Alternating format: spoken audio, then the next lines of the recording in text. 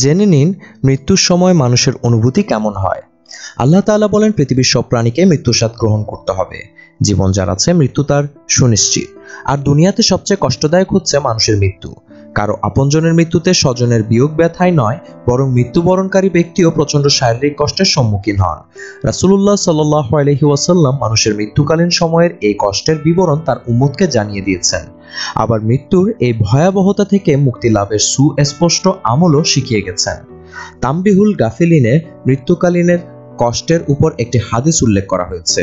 হযরত ওমর রাদিয়াল্লাহু তাআলা আনহু একবার হযরত কাব রাদিয়াল্লাহু তাআলা আনহুকে বলেছিলেন, আমাকে মৃত্যুর অবস্থা সম্পর্কে কিছু বলুন।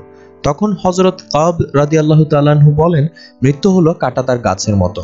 কাঁটাযুক্ত সে গাছটি যখন মানুষের পেটে ঢুকানোর পর তার প্রতিটি কাঁটা শিরায় শিরায় লেগে যায়।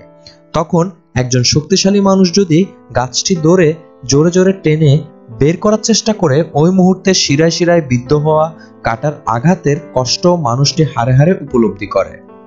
অনুরূপভাবে মানুষের মৃত্যুকালীন সময়ে মৃত্যুপথযাত্রীর কাছেও মনে হয় যেন তার শরীরের গোস্তগুলো যেন একটি কাঁটার সঙ্গে বেরিয়ে আসছে। সে মৃত্যু যন্ত্রণা মানুষ হাড়ে হাড়ে উপলব্ধি করে। এ হলো মৃত্যুকালীন সময়ে মানুষের মৃত্যু যন্ত্রণার নমুনা। এই কারণে আল্লাহ তাআলা কুরআনে ইরশাদ করেছেন, হে ঈমানদারগণ, তোমরা আল্লাহকে সেভাবে ভয় করো যেভাবে ভয় করা উচিত, এবং অবশ্যই মুসলমান না হয়ে মৃত্যুবরণ করো না। সূরা আল ইমরান আয়াত 102। আল্লাহ তাআলা কুরআনুল কারীমের মাধ্যমে মানুষকে আগেই সতর্ক করে দিয়েছেন, মৃত্যুর পূর্বে ইসলামে পরিপূর্ণভাবে প্রবেশ করে পূর্ণাঙ্গ মুসলমান হয়ে যাও, তবে মৃত্যুকালীন কষ্টসহ পরকালের প্রথম মঞ্জিল কবর, পুলসিরাত, হাসরের ময়দান এবং আল্লাহর বিচারের দিন নাজাত লাভ করবে। আল্লাহ তাআলা মুসলিম উম্মাহকে মৃত্যুকালীন সময়ের কষ্ট থেকে হেফাজত করুন, পরকালে নাজাত দান করুন, আমিন।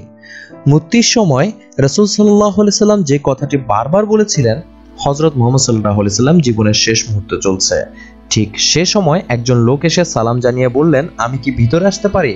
রাসূল সাল্লাল্লাহু আলাইহি সাল্লামের কন্যা ফাতিমা রাদিয়াল্লাহু তাআলা আনহু বললেন, দুঃখিত, আমার পিতা খুবই অসুস্থ। এই কথা বলে ফাতিমা রাদিয়াল্লাহু তাআলা আনহু দরজা বন্ধ করে রাসূল সাল্লাল্লাহু আলাইহি সাল্লামের কাছে গেলেন। হযরত রাসূল সাল্লাল্লাহু আলাইহি সাল্লাম বললেন, কে সেই লোক? ফাতিমা বললেন, এই প্রথম আমি তাকে দেখেছি, আমি তাকে চিনি না। রাসূলুল্লাহ সাল্লাল্লাহু আলাইহি সাল্লাম বললেন, শোনো ফাতিমা, সে হচ্ছে আমাদের এই ছোট্ট জীবনের অবসানকারী ফেরেশতা আজরাইল।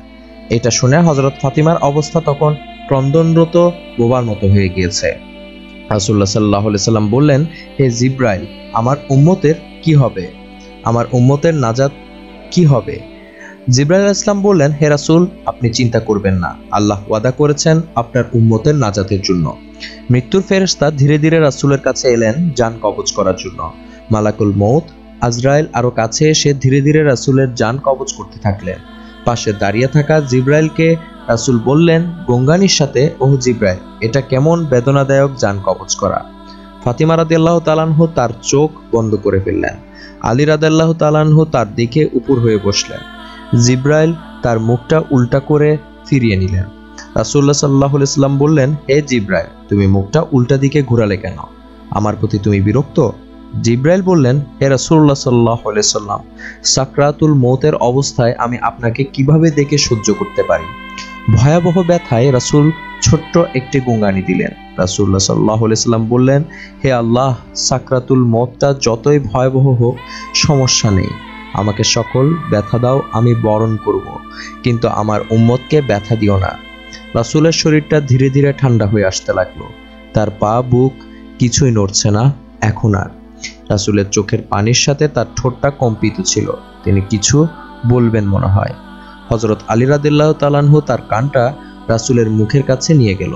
রাসূল বললেন, নামাজ কায়েম করো এবং তোমাদের মাঝে থাকা দুর্বলদের যত্ন নিও। রাসূলের ঘরের বাইরে চলছে কান্নার আওয়াজ। সাহাবীরা একজন আরেকজনকে জড়িয়ে ধরে উচ্চস্বরে কান্নারত। হযরত আলী রাদিয়াল্লাহু তাআলা আনহু আবার তার কানটা রাসূলের মুখের কাছে তুলল। রাসূল চোখ বেজা অবস্থায় বলতে থাকলেন, ইয়া উম্মতি, ইয়া উম্মতি, হে আমার উম্মতেরা, নামাজ, নামাজ এবং নামাজ।